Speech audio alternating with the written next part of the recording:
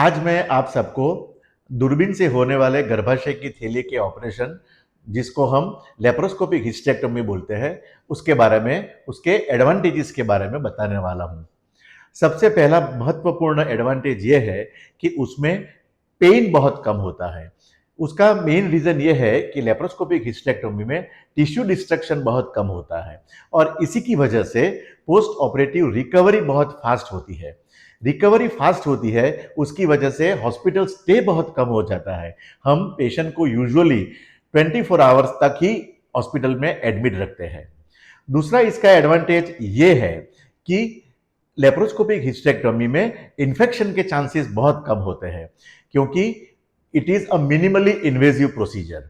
That is why infection के chances बहुत कम होते हैं।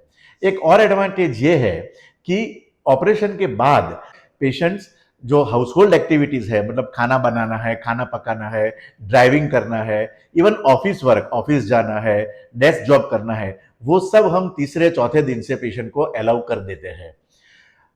सबसे बड़ा एडवांटेज यंगर पेशेंट के लिए यह है कि लेप्रोस्कोपिक हिस्टेक्टोमी में वजाइनल लेंथ बहुत अच्छी तरह से मेंटेन होता है, कि जो दूसरे मेथड्स होते हैं हिस्टेक्टोमी के, उसमें इतना वजाइनल लेंथ मेंटेन नहीं होता है, उसमें थोड़ा शॉर्टनिंग वजाइना का हो जाता है।